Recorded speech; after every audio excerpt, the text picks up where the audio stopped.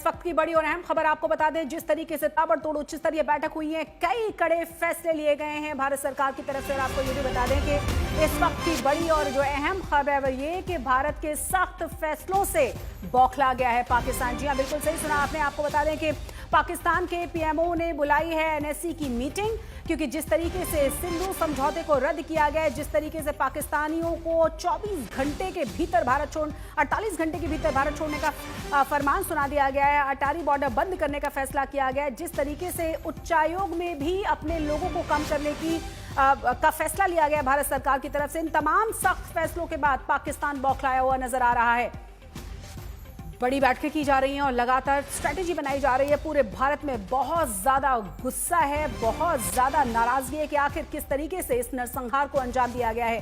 पाकिस्तान के पीएमओ की तरफ से अब एनएससी की मीटिंग बुलाई गई है और कहा यह जा रहा है कि जिस तरीके से सख्त फैसले भारत सरकार की तरफ से लिए गए हैं, उसके बाद पाकिस्तान पूरी तरह से बौखलाया हुआ नजर आ रहा है।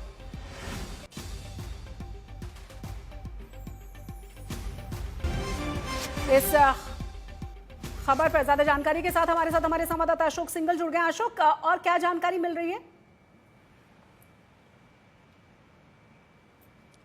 नहीं, देखिए, जो सीसीएस की बैठक हुई, करीब 2.5 घंटे वो बैठक चली। उसमें जो डिप्लोमेटिक स्ट्राइक की बात की जा रही है, वो तो भारत ने लेकर के एक मैसेज दिया है पूरी दुनिया को कि पाकिस्तान अपनी हरकतों से बाज नहीं आ रहा है, और वो शामिल है जो टेरर अटैक हुआ है पुलवामा में, पहलगांव में, उसको लेकर के पूरा एक मैसेज दिया गया है। लेकिन असली जो लड़ाई अभी बाकी है, असली जो स्ट्राइक बाकी है, वो मिलिट्री स्ट्राइक है। भारत पहले भी मुंह तोड़ जवाब देता रहा है पाकिस्तान की नापाक हरकतों का, और अब पाकिस्तान को भी इस बात का अंदेशा है, पाकिस्तान बौखलाया हुआ और डरा हुआ है कि भारत जो है सिर्फ इतने से इतना ही नहीं करेगा, उससे आगे बढ़ने वाला है। अब जो असली सबक सिखाएगा पाकिस्तान को, जो आतंकी हैं उनके खिलाफ जो सर्च ऑपरेशन चल ही रहा है, और उनके आकाओं को भी सबक सिखाने का काम करेगा।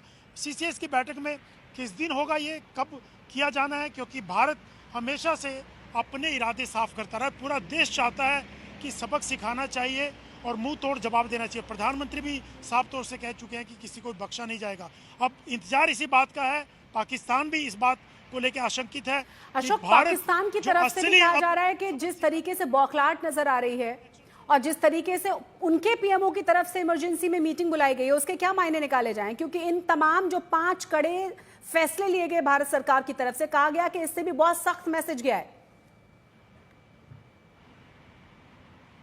बिल्कुल सख्त मैसेज दिया है, पूरा इंटरनेशनल कम्युनिटी में एक मैसेज भारत ने दिया पाकिस्तान के खिलाफ, एक डिप्लोमेटिक कदम उठा करके, स्ट्राइक करके। और पाकिस्तान भी अब जो ये फैसले किए हैं भारत ने पाकिस्तान को सबक सिखाने के लिए, अब पाकिस्तान भी इन फैसलों के बारे में एक मीटिंग कर रहा है कि क्या किया जाना चाहिए, किस ढंग से देखा जाना चाहिए, पाकिस्तान क्या कर सकता है। तो वो तमाम चीज़ें, एक बैठक बुलाई गई और उसका आंकलन करेगा भारत के साथ। जो एक भारत ने एक कड़ा कदम उठाया है पाकिस्तान के खिलाफ, और एक मैसेज दिया है कि पाकिस्तान इसमें शामिल है, और बार बार कहता रहा कि सिर्फ क्रॉस बॉर्डर टेररिज्म की जो बात होती थी, अब ये साबित हो गया कि पाकिस्तान ने मिल करके अपने आतंकी यहाँ भेजे, और ये जो ये अटैक हुआ है, टेरर अटैक हुआ है, इसमें उनके लोग शामिल है, और पाकिस्तान की तरफ से ये किया गया है, ये एक मैसेज दिया गया है भारत की तरफ से। बिल्कुल, पहलगाम में जो आतंकी हमला हुआ है। बहुत बहुत शुक्रिया अशोक सिंघल इस तमाम जानकारी के लिए, तमाम अपडेट्स के लिए हम आपका रुख करेंगे।